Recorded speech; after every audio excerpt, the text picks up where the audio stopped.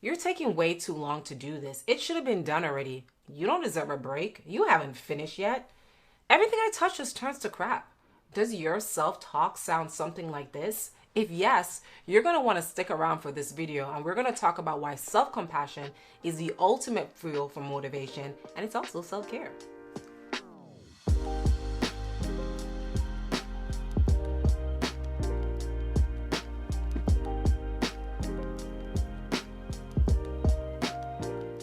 Hi, I'm Fabiana, and you're watching Pure Ritam, the place where we create a space for you to heal and grow. I've been a bit obsessed with compassion over the last couple of years, and I've been reading about it a lot and thinking about it a lot, what it means and what it means in our society.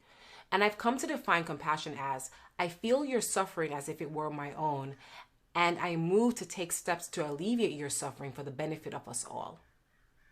When we choose to be compassionate, we choose to be in partnership with the other person.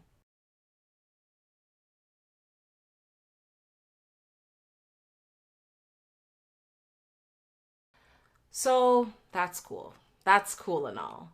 But then I learned something new. I learned that compassion was the orange peel, but the sweetness and the core of the orange is in self-compassion. And it has been a really wonderful revelation. Because I found myself one day, or rather over the course of several years, pushing myself, and the pushing myself sounded something like this. You don't live a particularly interesting life. You're not creative. You're technologically stupid. You don't deserve a break. You haven't finished yet. It's rough, right? It's rough.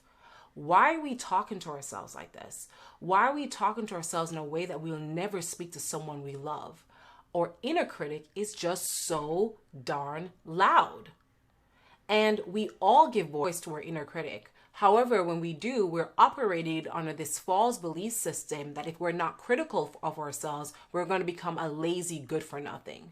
But listening to our inner critic is not actually motivating us. It's actually keeping us in a very miserable existence. We're not pushing ourselves. What we're actually doing is punishing ourselves. And we're triggering this crazy fight or flight response in our bodies.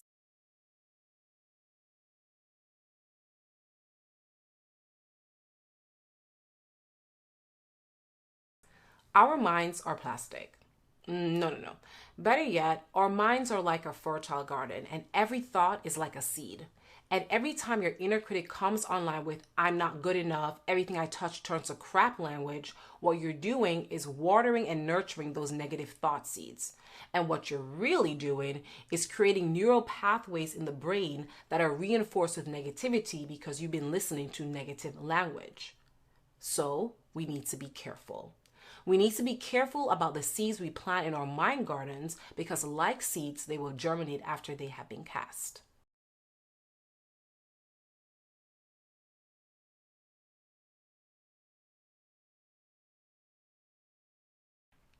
So the question is, how do we motivate ourselves without breaking our spirits?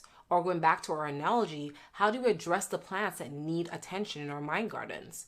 And that's where self-compassion comes in.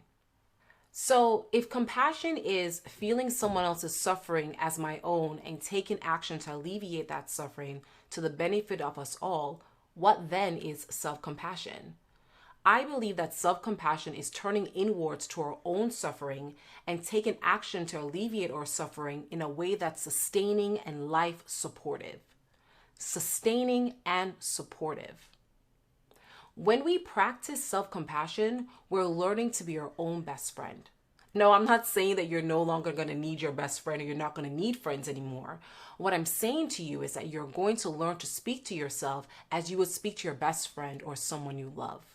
Because thoughts are subtle speech, which makes it a language, and the wrong language can disable us. Our inner critic is shouting out not to get us motivated, not to push us, but to keep us safe. And that means sometimes keeping us small. So we need to reframe.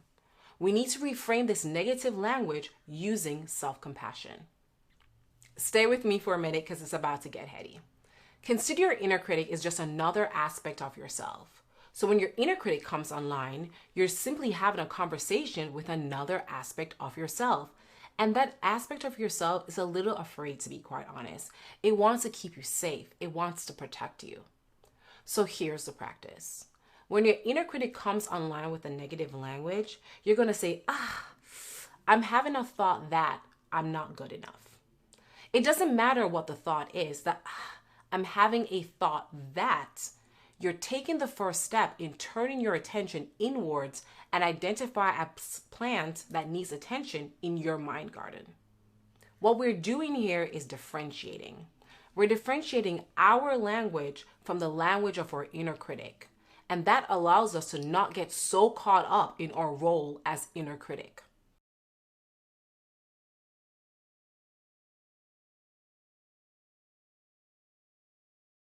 Self-compassion is calling on us and asking us to be our own best friends or a loving gardener.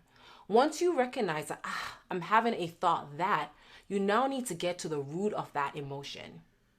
We're going to do this by pausing to feel our emotions, identify our emotions, and name them. And you may learn that these emotions are coming from a place of anger, guilt, fear, shame, or disappointment. However, this practice of feeling and naming our emotions allows us to realize that our inner critic is not the enemy.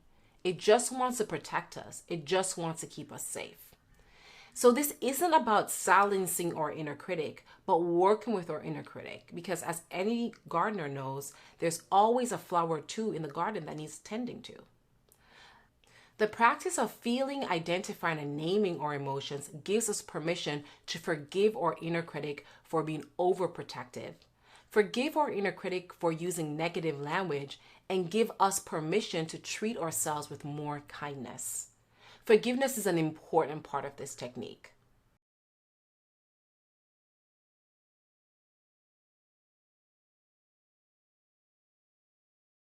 And if you want to learn more about forgiveness, check out this video where I talk about why forgiveness is an ultimate act of self-care. It's great.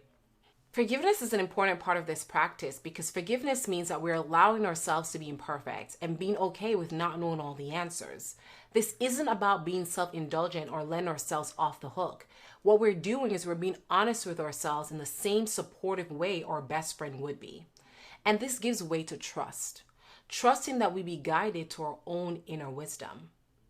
Self-compassion allows us to feel safe in our bodies. It allows us to trust ourselves. And as a result, we build resiliency. Criticism no longer debilitates us. We become more adaptive to change. We interact with demands with more grace and ease. We accomplish more because we're more creative and we're more engaged. And all because we have better access to our own truth. So let's check in on how we treat ourselves and choose to treat ourselves more compassionately. If you like this video, comment below and describe how the self-compassion practice is working for you, and I'll see you in the next one.